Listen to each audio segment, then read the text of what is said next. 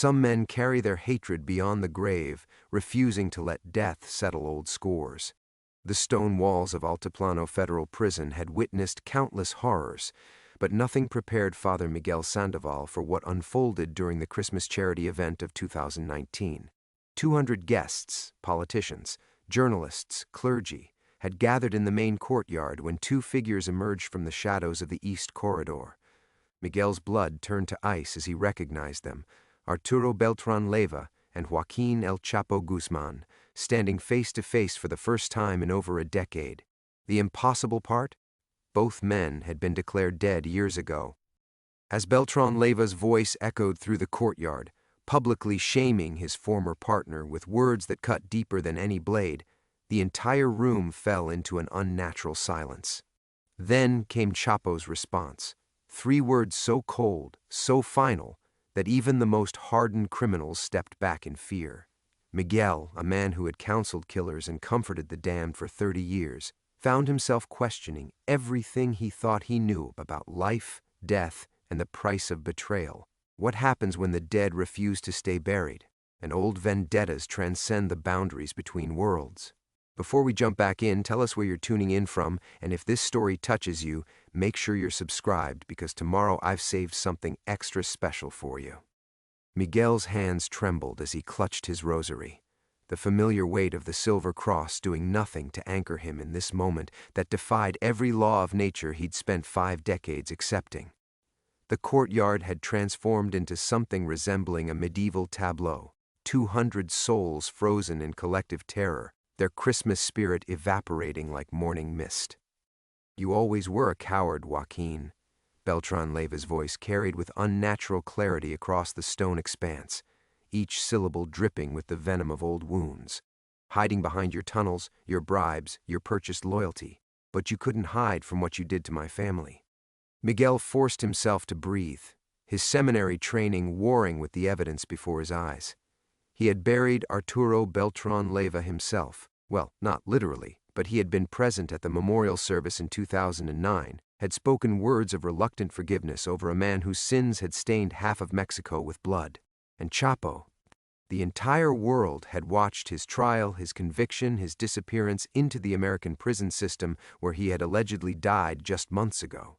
Yet here they stood, solid as the prison walls surrounding them, their presence radiating the same menacing charisma that had once commanded armies of sicarios. The gathered politicians and journalists pressed against the far walls, their carefully planned photo opportunity dissolving into a nightmare none of them would ever dare report. Miguel noticed how the shadows seemed to bend around the two figures, how the December air had turned thick with an otherworldly chill that made his breath visible despite the mild evening temperature. "Hiding?" Chapo's laugh was soft, almost conversational, but it carried an undertone that made several hardened inmates actually whimper. "I built an empire while you played at being a soldier. I survived every betrayal, every war, every war except the last one," Beltrán Leyva interrupted, taking a step forward. The movement was fluid, predatory, and Miguel noticed that neither man's feet seemed to make any sound against the concrete. "The one where you sold my coordinates to the Federales. The one where you watched them pump my body full of bullets like I was some street dealer instead of your compadre." Miguel's mind raced through the theological implications. In 30 years of prison ministry, he had counseled men who claimed to see ghosts, who spoke of debts that followed them beyond the grave.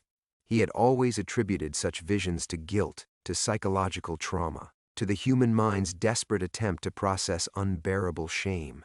But this was different. 200 witnesses couldn't all be hallucinating the same impossible encounter. The silence stretched taut as a wire, broken only by the distant sound of Christmas carols playing from the prison's PA system, a grotesque soundtrack to this supernatural confrontation. Miguel found himself stepping closer, his pastoral instincts overriding his terror. If these were indeed spirits trapped between worlds, if his faith meant anything at all, perhaps he could— Then Chapo spoke those 3 words, his voice barely above a whisper, yet somehow audible to every soul in that courtyard. "Check your chest." The effect was immediate and horrifying. Beltrán Leyva's confident posture crumbled as he looked down at himself. His white guayabera began to darken, spreading stains that looked black in the artificial lighting but which Miguel knew with sick certainty were red. The fabric became sodden, clinging to the man's torso as phantom bullets found their marks again and again, replaying his death in slow, methodical detail. Several inmates actually fled, their footsteps echoing off the walls as they scrambled for the exits. The journalists had stopped filming, their cameras forgotten as they witnessed something that would never make it to air, never be believed if they tried to report it. Miguel stood transfixed, watching a man die again, watching wounds that had been inflicted a decade ago assert their eternal claim. "You see, Arturo," Chapo continued, his voice growing softer, more intimate, like a lover's whisper, "death doesn't make us even. It just gives me forever to remind you who won." Beltrán Leyva's form began to waver, the confident specter becoming something pitiful and broken. He opened his mouth to speak, but only blood emerged, the same blood that had pooled beneath his body in that Cuernavaca apartment so many years ago. His eyes, wide with the same shock that had marked his final moments, found Miguel's across the courtyard. In those eyes, the priest saw something that would haunt him for the rest of his days, a plea for forgiveness that came a decade too late, a recognition that some choices echo beyond the grave, and a terrible understanding that hell might not be a place at all, but simply the eternal repetition of our worst moments. As Beltrán Leyva's figure dissolved into shadow, Chapo turned his attention to the crowd of witnesses. His smile was almost gentle, paternal even, but his eyes held the coldness of deep ocean trenches. "Feliz Navidad," he said, and then he too faded into darkness, leaving only the scent of gunpowder and the lingering echo of supernatural malice. Miguel stood alone in a courtyard full of people, questioning everything he thought he knew about redemption. The scent of gunpowder lingered in Miguel's nostrils as he stumbled back to his quarters 3 hours later, his legs moving through muscle memory alone. The official story was already crystallizing around him. A gas leak in the kitchen had caused brief hallucinations, a medical emergency that required immediate evacuation of the Christmas event. The prison officials moved with practiced efficiency, collecting phones, confiscating cameras, scheduling medical evaluations for anyone who might have symptoms from the supposed leak. Miguel watched them work with the detached fascination of a man observing his own funeral. 30 years of ministering to the damned, and he had never seen anything close to what had just transpired. Yet within hours it would be scrubbed from existence, reduced to a footnote in maintenance reports and insurance claims. His small apartment in the chaplain's quarters felt suffocatingly normal after what he had witnessed. The same threadbare crucifix hung above his narrow bed, the same stack of theology books gathered dust on his makeshift desk, the same photograph of his ordination class. Young men with bright eyes and unshakable faith smiled at him from the dresser. That Miguel, the one captured in faded color 35 years ago, would have had explanations for tonight. That Miguel had believed in clean lines between good and evil, between the living and the dead, between salvation and damnation. This Miguel poured himself 3 fingers of contraband whiskey and sat heavily in his reading chair. The bottle had been a gift from Comandante Vasquez, the prison warden who had recruited Miguel 5 years ago when his position at the seminary had become complicated. Vasquez understood that men like Miguel, men who had seen too much and questioned too loudly, needed somewhere to land when their certainties crumbled. The prison had become Miguel's refuge, a place where broken faith felt appropriate, where ministering to the lost suited his own spiritual exile. His phone buzzed. A text from his sister Elena in Guadalajara saw the news about the gas leak. "Are you safe? The children are asking about their tío Miguel." Miguel stared at the message for long minutes. Elena's children, Sofia, 8, and little Carlos, 6, were the closest he would ever come to having a family of his own. Every month he sent them letters filled with carefully edited stories from his work, tales of redemption and second chances that omitted the violence, the despair, the men who died in their cells clutching photos of families they had destroyed. The children believed their uncle was a hero, bringing God's love to forgotten souls. What would he tell them about tonight? How could he explain that their hero had witnessed something that shattered his understanding of divine justice, that he had seen evil so profound it transcended death itself, that forgiveness might not be possible for some sins? He typed back, "I'm fine, just tired. Kiss the children for me." Another text arrived almost immediately, this one from Dr. Esperanza Rivera, the prison psychologist who had become his closest friend at Altiplano. Her message was more direct. That wasn't a gas leak. I need to see you. My office tomorrow at dawn, before the official interviews begin. Miguel deleted both messages and turned off the phone. Esperanza was dangerous, too smart, too perceptive, too willing to dig beneath convenient explanations. She had been the one to notice patterns in his reports, similarities between his accounts of different inmates' spiritual crises that suggested something deeper than individual trauma. If anyone could piece together the true nature of what had happened tonight, it would be her. The whiskey burned as it went down, but it failed to chase away the memory of Beltrán Leyva's eyes in those final moments, not the supernatural specter, but the human recognition of eternal consequence. Miguel had spent decades offering comfort to dying men, assuring them that sincere repentance could wash away any sin. It was the foundation of his faith, the cornerstone of his entire worldview. But what if he had been wrong? What if some choices carved themselves so deeply into a soul that not even death could erase them? What if the mercy he preached was just another beautiful lie, told to make unbearable truths palatable? Outside his window, Altiplano Federal Prison continued its nighttime rhythm. Guards walked their rounds, inmates settled into restless sleep, and somewhere in the administrative offices, bureaucrats worked to ensure that tonight's events never officially existed. By morning, there would be medical explanations, psychological evaluations, and carefully crafted reports that reduced the supernatural to mundane malfunction. Miguel envied them their certainty, their ability to file away the impossible under convenient categories. He had lost that luxury the moment he looked into the eyes of the damned and realized they were looking back from beyond the grave. Tomorrow would bring questions he wasn't prepared to answer, interviews he couldn't navigate without lying, and the growing certainty that his carefully constructed refuge at Altiplano was about to collapse around him. But tonight, he sat in his chair and wondered if redemption was just another ghost story, beautiful, comforting, and ultimately false. The whiskey bottle grew lighter as the questions grew heavier, and Father Miguel Sandoval prepared to lose everything he had left to lose.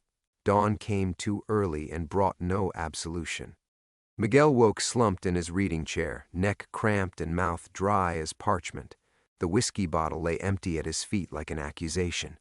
Outside his window, Altiplano stirred to life with its usual mechanical precision, guards changing shifts, inmates shuffling to breakfast, the great concrete organism resuming its daily cycle of containment and control. For a moment, blessed amnesia let him believe the previous night had been nothing more than alcohol-fueled nightmare. Then he caught the faint scent of gunpowder still clinging to his cassock, and reality crashed back with crushing force. His phone buzzed insistently. 7 missed calls from Dr. Rivera, 3 from Warden Vasquez, and a text message marked urgent from a number he didn't recognize. Father Sandoval, we need to talk. Garden behind the chapel. Come alone. Ma. Ma, the initials meant nothing to him, but something about the message made his hands tremble as he deleted it. The sender somehow knew exactly where to find him, exactly how to reach him without going through official channels. In a maximum security prison where every communication was monitored, where visitors were vetted months in advance, this anonymous contact felt like a violation of the natural order, much like everything else that had happened in the past 12 hours. Miguel showered and dressed with mechanical precision, avoiding his reflection in the small bathroom mirror. Whatever looked back at him now wasn't the same man who had entered that courtyard yesterday. That man had possessed unshakable faith in divine mercy. This stranger wearing his face had seen mercy's limitations written in supernatural blood. The corridor outside his quarters buzzed with unusual activity. Prison officials in expensive suits huddled in whispered conversations, their clipboards thick with incident reports and legal documents. Miguel recognized the type. Damage control specialists, the bureaucratic magicians who transformed inconvenient truths into acceptable fiction. Padre Miguel! A familiar voice called from behind him. He turned to see Lieutenant Garcia approaching, the young guard who often attended Miguel's weekly Bible study sessions. Garcia's usual easy smile was absent, replaced by the haunted expression of someone grappling with impossible memory. "Lieutenant, good morning," Miguel managed. That gas leak last night. Garcia stepped closer, lowering his voice. Padre, I've worked industrial sites before my time here. I know what gas exposure feels like, smells like. What we experienced... He paused, glancing around nervously. That wasn't gas. Miguel felt the weight of decision pressing down on him. Here was a young man seeking truth, looking to his chaplain for guidance and clarity. The pastoral response would be to offer comfort, to support the official narrative that would let Garcia sleep peacefully in his ignorance. Instead, Miguel found himself studying Garcia's face, measuring the strength beneath the confusion. What do you think it was? I don't know, Padre. But I saw things that shouldn't be possible. And from the way the officials are acting, cleaning up, making calls, Garcia's voice dropped to barely a whisper. I think we all saw the same impossible thing. Before Miguel could respond, Dr. Rivera appeared at the end of the corridor, her expression urgent. She caught sight of Miguel and Garcia together and approached with the quick, decisive stride of someone accustomed to managing crises. Father Sandoval, Lieutenant Garcia, she nodded professionally. I believe you both have appointments for psychological evaluation this morning. Standard protocol after exposure incidents. The words were perfectly normal, but Miguel caught the warning in her tone. Garcia straightened, his training asserting itself. Of course, doctor. I was just... Lieutenant, Rivera interrupted gently. Perhaps you could give Father Sandoval and myself a moment? Professional consultation regarding the spiritual welfare of affected personnel. Garcia nodded and retreated, but not before giving Miguel a look that clearly said their conversation was far from over. The young guard's faith had been shaken, and he would continue seeking answers whether Miguel provided them or not. Walk with me, Rivera said once Garcia was out of earshot. They moved through the prison corridors in silence until they reached the small garden behind the chapel, the same location mentioned in the mysterious text message. The coincidence sent ice water through Miguel's veins. Esperanza, I received a message. From M.A., she finished. Yes, so did I. Miguel stopped walking. You know who? I know that we witnessed something last night that has no rational explanation. I know that powerful people are working very hard to erase it from existence. And I know that we have a choice to make. Rivera pulled a thick manila folder from her briefcase. 3 years ago, I started noticing patterns in the psychological profiles of certain inmates. Men who claimed to have encounters with deceased cartel leaders, who described supernatural experiences with remarkable consistency. I documented everything, kept copies of reports that were later lost or misfiled. She opened the folder, revealing photographs, interview transcripts, and medical records. Father Miguel, what we saw last night wasn't an isolated incident. It's been happening for years, but always to individuals, always explained away as trauma or psychosis. Last night was different because it had witnesses, too many to silence easily. Miguel stared at the evidence before him, feeling the last foundations of his ordinary world crumbling away. What are you asking me to do? I'm asking you to help me find the truth about what's really happening in this prison, about who Ma is, about why the dead seem unable to rest. Rivera's eyes held the same desperate hunger for answers that Miguel recognized in his own reflection.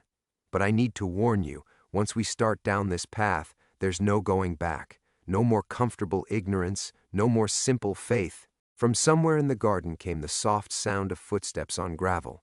Miguel looked up to see a figure approaching through the morning shadows, someone who shouldn't exist, someone whose very presence would change everything. The choice was no longer whether to seek answers. The choice was whether he was strong enough to survive finding them. The figure emerged from the shadows like a memory made flesh, an elderly man in an immaculate three-piece suit, his silver hair perfectly combed despite the early hour. Miguel's breath caught in his throat as recognition dawned. Amado Carrillo Fuentes, the Lord of the Skies, dead for over 20 years. Miguel grabbed Rivera's arm, his fingers digging into the fabric of her blazer. We need to leave, now. But Rivera stood transfixed, her scientific mind warring with the impossible evidence before her eyes. This is exactly what I've been documenting, she whispered. The consistency of the manifestations, the detail, the esperanza. Miguel's voice cracked like breaking glass. "That man has been dead since 1997. Carrillo approached with unhurried steps, his presence radiating the same casual authority that had once commanded billion-dollar drug empires. When he spoke, his voice carried the weight of earth and time. "Father Sandoval, Dr. Rivera, please don't let my condition alarm you. We have much to discuss." Miguel felt his carefully maintained composure shatter completely. The previous night, he had witnessed something terrible but distant, a confrontation between monsters whose evil he could catalog and condemn. This was different. This was personal contact with the impossible, a direct challenge to every natural law he had accepted since childhood. "This isn't real," he stammered, backing toward the chapel door. "This is trauma, hallucination, some kind of psychological break from last night." "Father." Carrillo's tone held patient disappointment, like a teacher correcting a slow student. "You've spent 30 years ministering to men like me. Did you really believe death would provide such simple escape from our choices?" The question hit Miguel like a physical blow. How many times had he offered that exact comfort to dying inmates? How many last rites had he performed while whispering promises about divine mercy washing away earthly sins?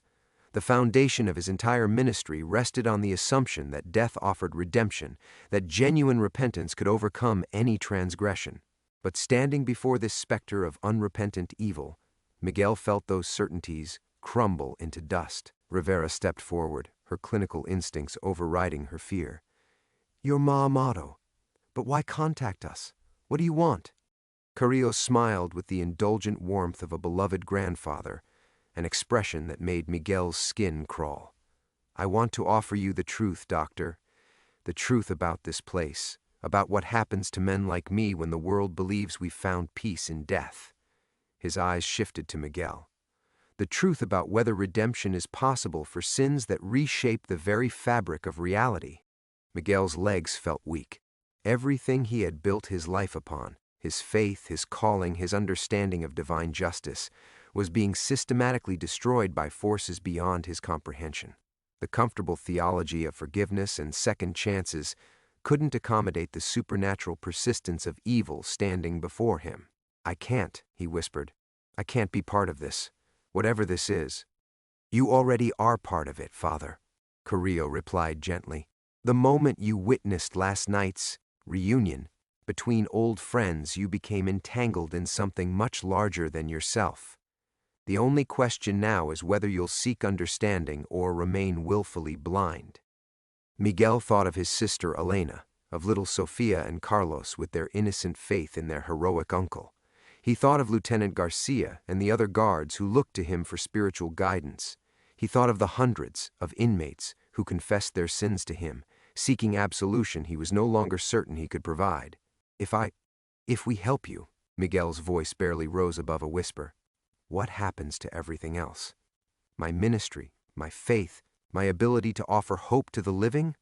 Carrillo's expression grew almost compassionate. "That depends entirely on what you discover, Father. Some truths liberate. Others destroy everything we thought we knew." He gestured toward the manila folder in Rivera's hands. "But ignorance is no longer an option. Too many people saw too much last night. The dam has broken." Rivera opened her folder, pulling out a photograph that made Miguel's blood freeze. It showed the Christmas event courtyard, taken from a security camera angle he hadn't noticed. In the image, two translucent figures stood exactly where Chapo and Beltrán Leyva had manifested, their forms clearly visible against the crowd of terrified witnesses. "This is one of 17 photographs from last night," Rivera said quietly. "Each one shows the same impossible thing. Physical proof that cannot be explained away or buried in bureaucratic files." Miguel stared at the evidence, feeling the last of his resistance crumble. The comfortable world of explicable evil and available redemption was gone, replaced by something far more complex and terrifying. He could retreat to his quarters, request a transfer, return to the simple certainties of civilian ministry. But he would carry this knowledge forever, would see supernatural malice lurking behind every confession, every prayer for forgiveness. "What exactly are you asking us to do?" he heard himself say. Carrillo's smile widened, revealing teeth that gleamed like polished bone in the morning light. "I'm asking you to descend into hell, Father, and I'm offering to be your guide." Miguel stared at Carrillo's outstretched hand, perfectly manicured despite decades of death, and felt the last threads of his old life unraveling. The morning air carried the scent of jasmine from the prison garden, incongruously beautiful against the backdrop of supernatural horror.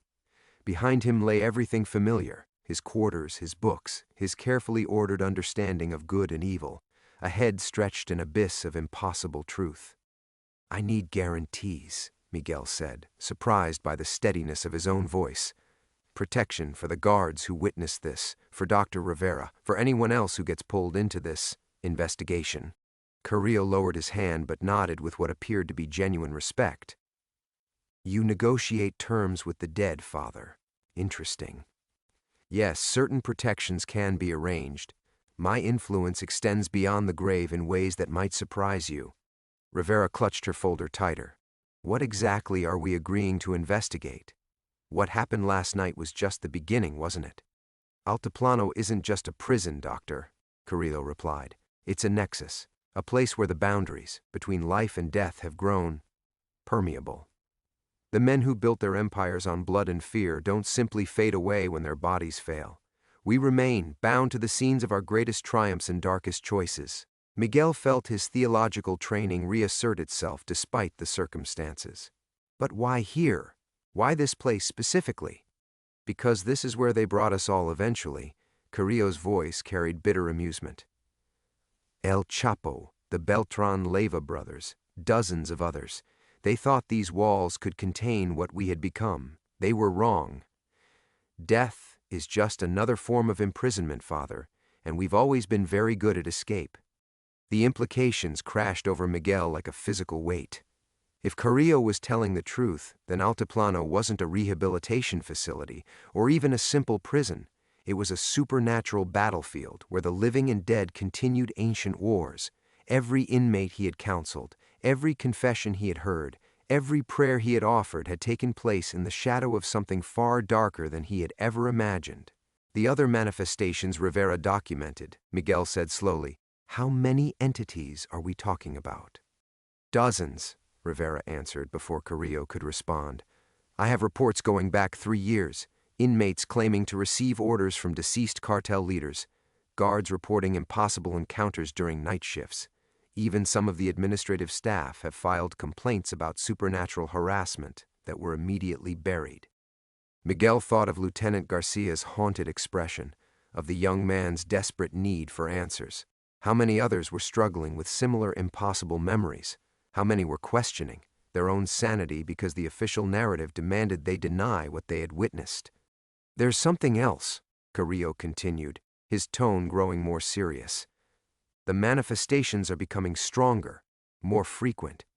What you witnessed last night, that level of physical interaction with the living world, that's new.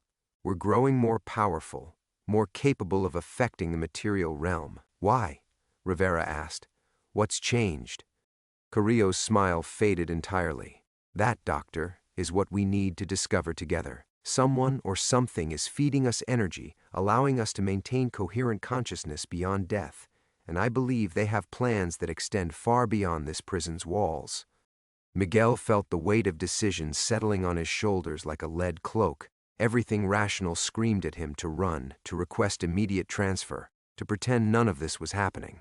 But the photographs in Rivera's folder made denial impossible. More importantly, the spiritual crisis spreading through Altiplano's staff and inmates was real, regardless of its supernatural cause. People were suffering, questioning their faith and sanity. They needed guidance he couldn't provide while hiding from the truth. "If we do this," Miguel said carefully, "if we help you investigate, what's the end game? What happens when we find answers?" "That depends entirely on what we discover, Father. Perhaps we find a way to put the dead properly to rest. Perhaps we uncover a conspiracy that reaches the highest levels of government. Or perhaps," Carrillo paused, his expression growing distant, "perhaps we learn that some forms of evil are too profound to ever find peace, in this world or any other." Miguel looked at Rivera, seeing his own fear and determination reflected in her eyes. She had spent years documenting the impossible, had risked her career to preserve evidence that others wanted buried. She was already committed to this path whether he joined her or not. The thought of abandoning her to face this alone decided him. "God help us," Miguel whispered, then louder, "What do you need us to do?" Carrillo's smile returned, cold and satisfied. "First, we need to access the restricted files in Warden Vasquez's office. The real files, not the sanitized versions they show visiting inspectors. Then we need to map the manifestation patterns, identify which of the current inmates might be in contact with deceased leaders." Miguel felt the last of his comfortable certainties slip away like water through his fingers. There would be no returning to simple faith, no retreat into ignorant blessing. He had crossed a threshold into supernatural darkness, and the only way forward was deeper into the mystery. The morning sun climbed higher over Altiplano Federal Prison, but for Father Miguel Sandoval, true darkness was just beginning. The sound of approaching footsteps shattered the uneasy alliance before it could fully form. Miguel spun toward the chapel entrance, his heart hammering against his ribs as three figures emerged from the morning shadows. But these were flesh and blood, not supernatural manifestations. Warden Vasquez led the group, his usually immaculate uniform wrinkled from what had clearly been a sleepless night. Behind him walked two men Miguel didn't recognize, one in an expensive suit that screamed federal authority, the other wearing the kind of casual clothes that somehow made him more threatening than any uniform. Carrillo's form flickered like a television losing signal, his voice dropping to an urgent whisper. "The files, Father Vasquez's office, tonight after midnight shift change." Then he dissolved completely, leaving only the faint scent of expensive cologne and something that might have been grave earth. Miguel grabbed Rivera's folder, shoving it inside his jacket as the warden approached. The photographs of supernatural manifestations pressed against his ribs like accusatory fingers. "Father Sandoval, Dr. Rivera." Vasquez's voice carried the brittle politeness of a man barely maintaining control. "Gentlemen, allow me to introduce Agent Morales from the Federal Investigation Agency and Mr. Delgado from the Ministry of Interior." Agent Morales stepped forward with the predatory grace of a career investigator. His eyes swept over Miguel and Rivera with uncomfortable intensity, as if he could read their guilty knowledge in their posture. "Father, Doctor, we're conducting follow-up interviews regarding last night's incident. We understand you both had excellent vantage points during the disturbance." Miguel felt Rivera tense beside him. The folder's contents seemed to burn through his jacket, physical evidence of impossible truths that these men would kill to suppress. "Of course, Agent Morales, though I'm not sure how helpful our testimony will be. The lighting was poor, emotions were running high." "Interesting." Delgado spoke for the first time, his voice carrying the soft menace of bureaucratic power.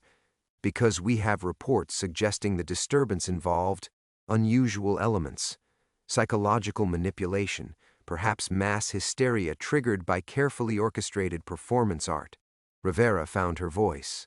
"Performance art? Holographic projection, perhaps. Sound systems hidden throughout the courtyard. Technology has become quite sophisticated." Morales pulled out a tablet, showing security footage from the previous night. "We've identified several inconsistencies in the recorded data that support this theory." Miguel stared at the screen.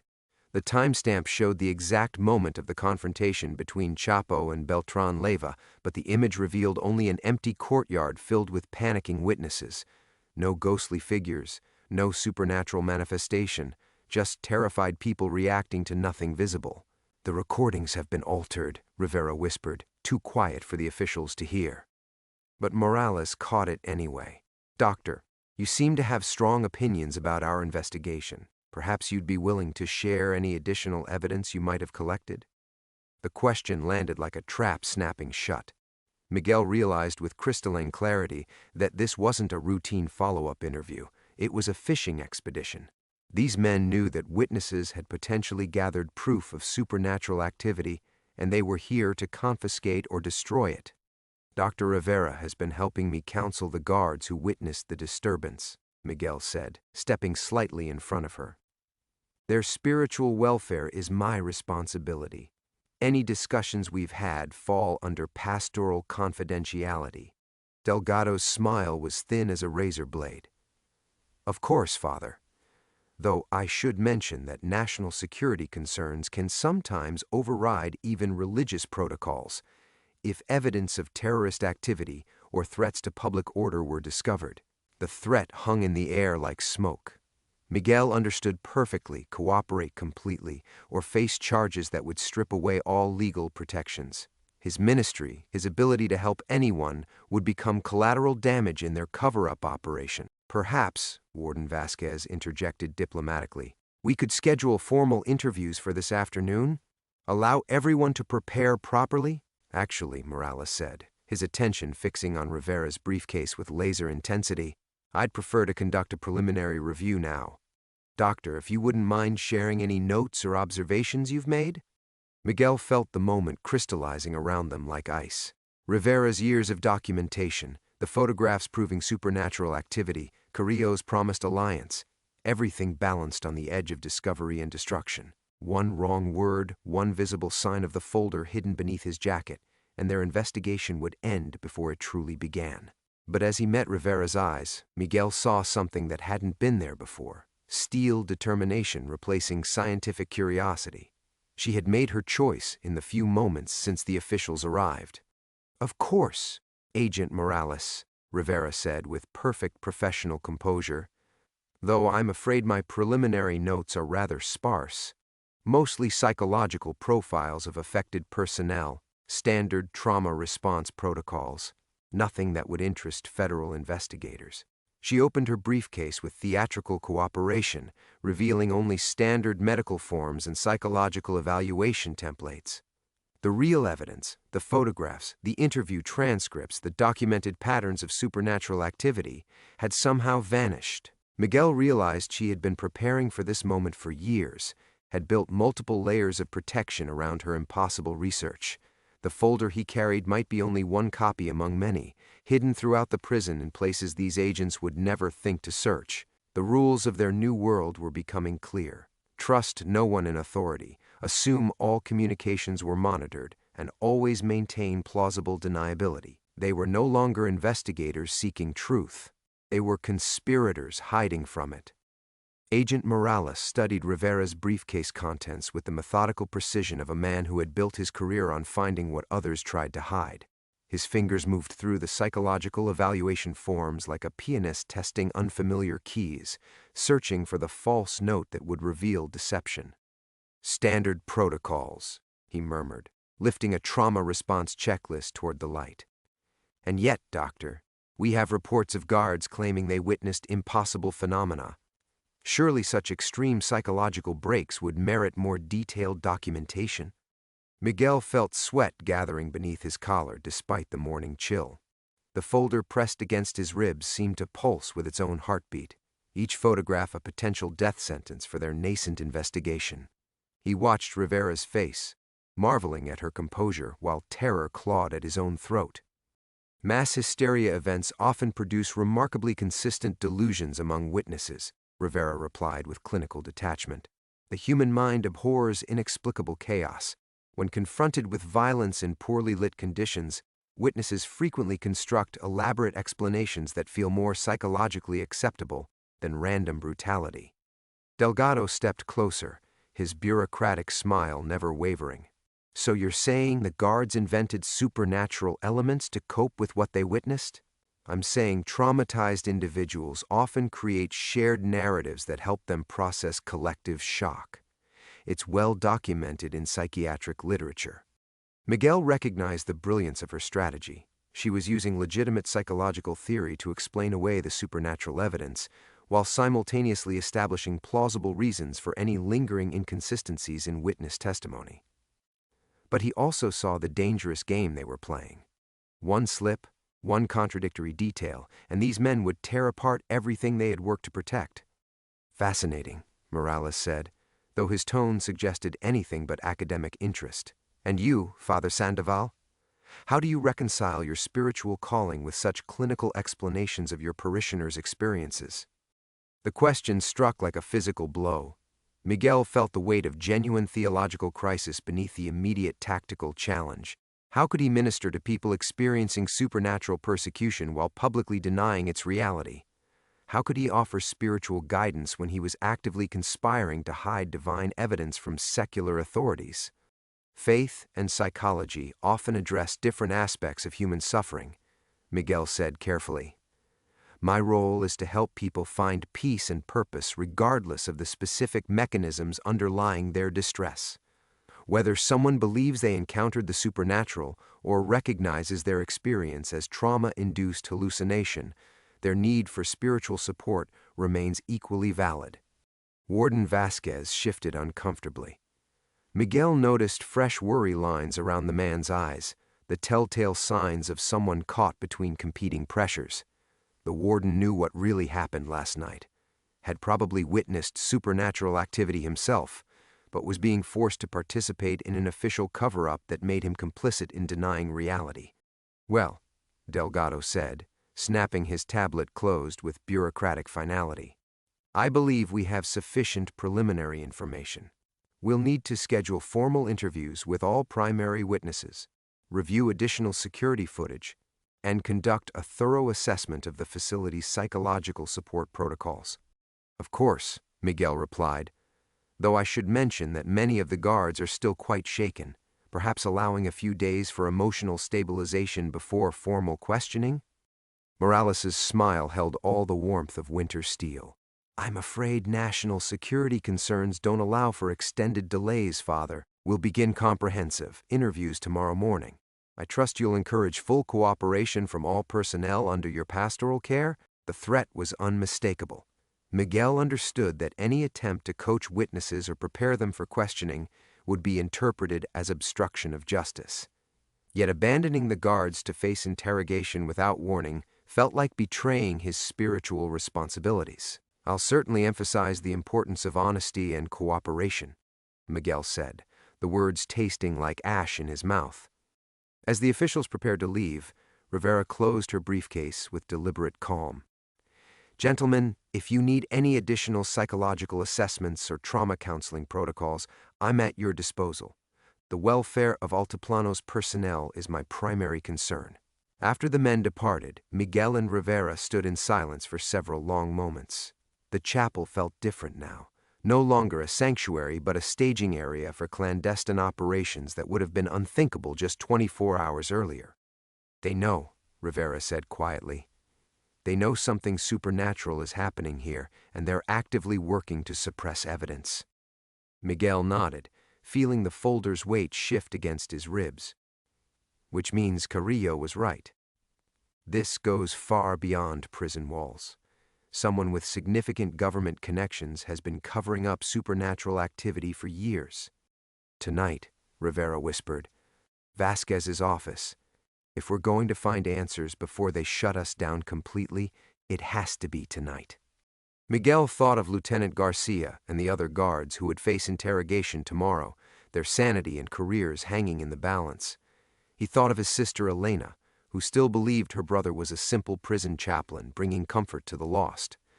Most of all, he thought of the supernatural entities growing stronger within these walls, feeding on unknown energy sources, while government officials helped conceal their existence. They were no longer just investigating impossible phenomena. They were racing against time to prevent something far worse from awakening in the darkness. The hours crawled toward midnight with excruciating slowness. Miguel sat in his sparse quarters, staring at the folder that could destroy everything he had built over 20 years of ministry. The photographs seemed to whisper accusations from within their Manila prison, evidence of divine intervention in a world that demanded scientific explanations, proof of supernatural justice in a system built on secular law.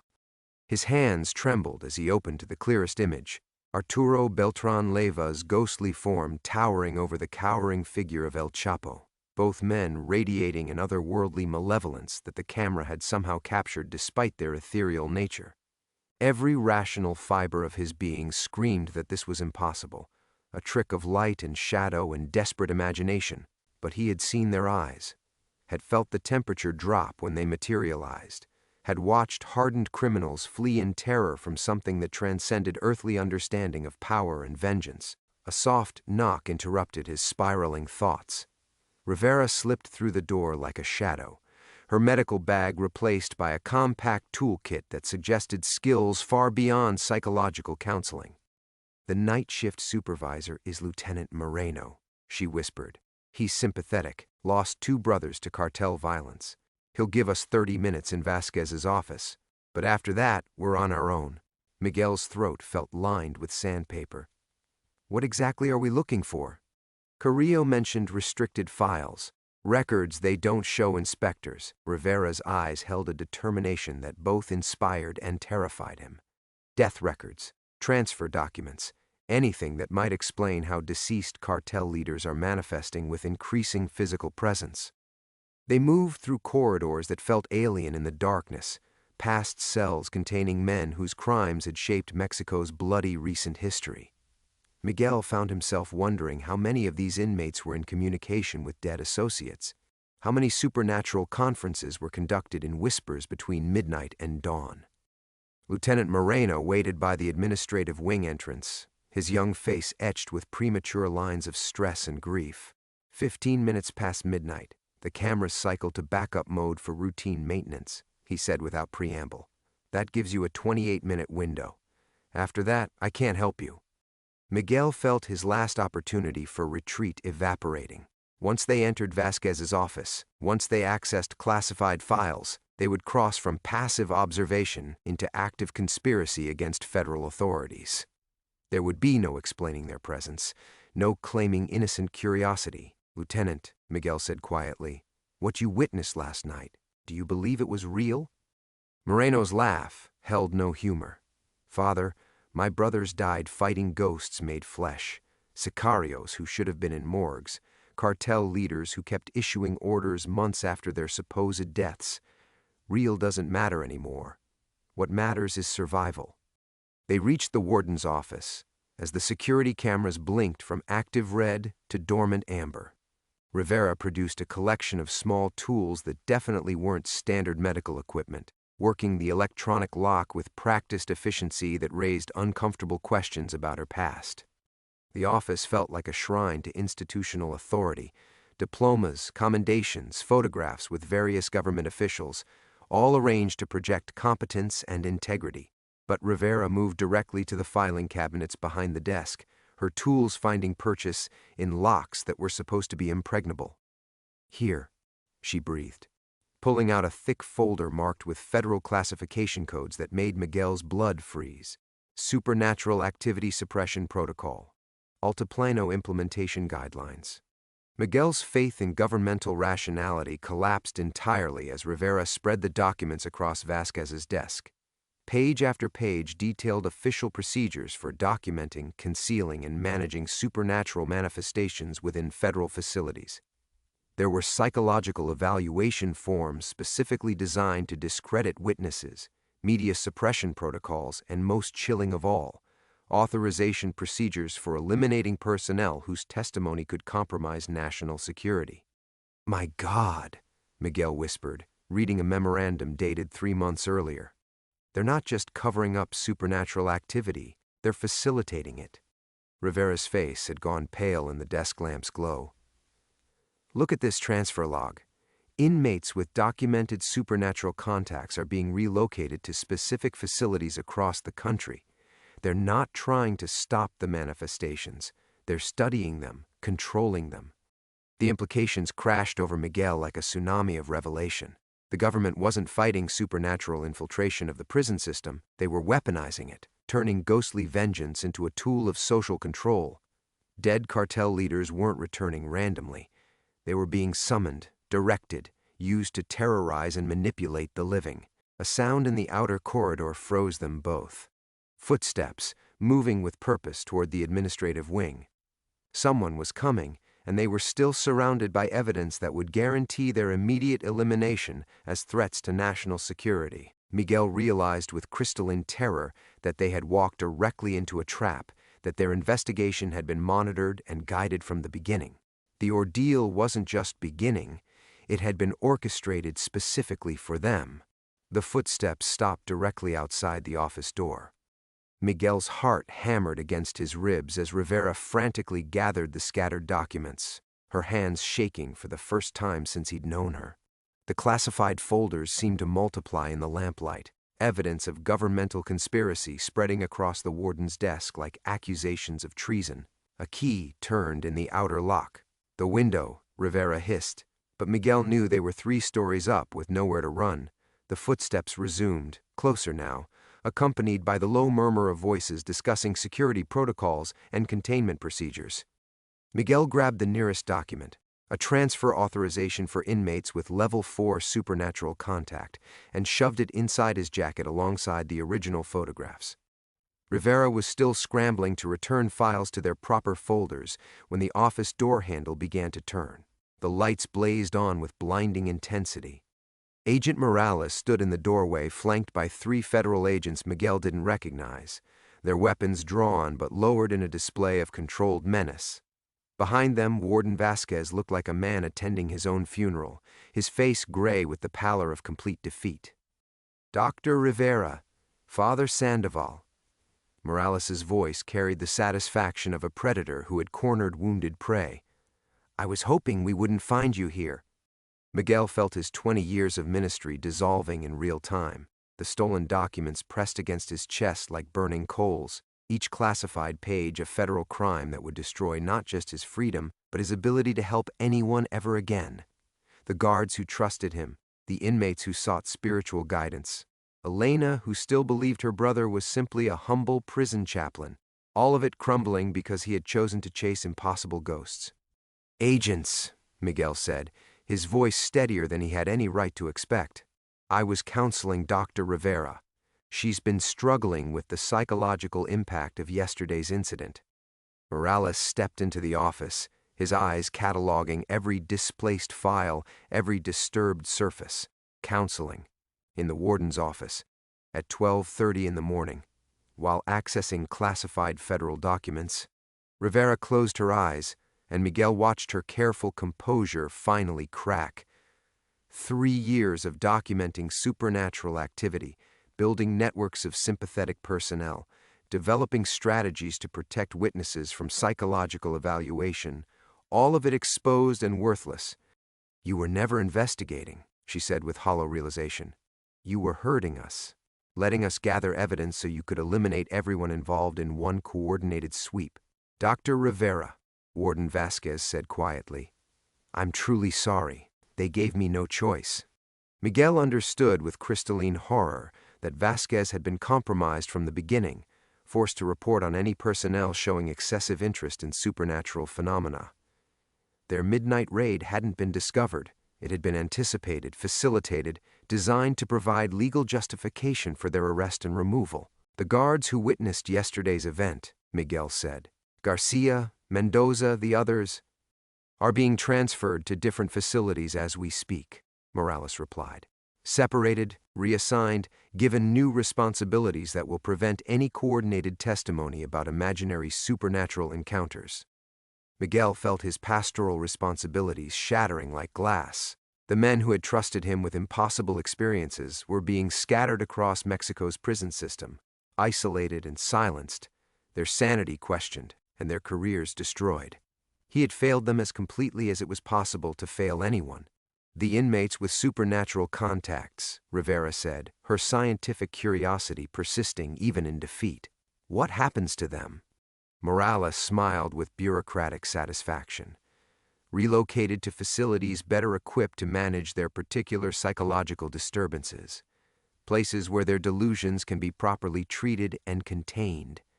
The truth struck Miguel like physical violence. The government wasn't just covering up supernatural activity.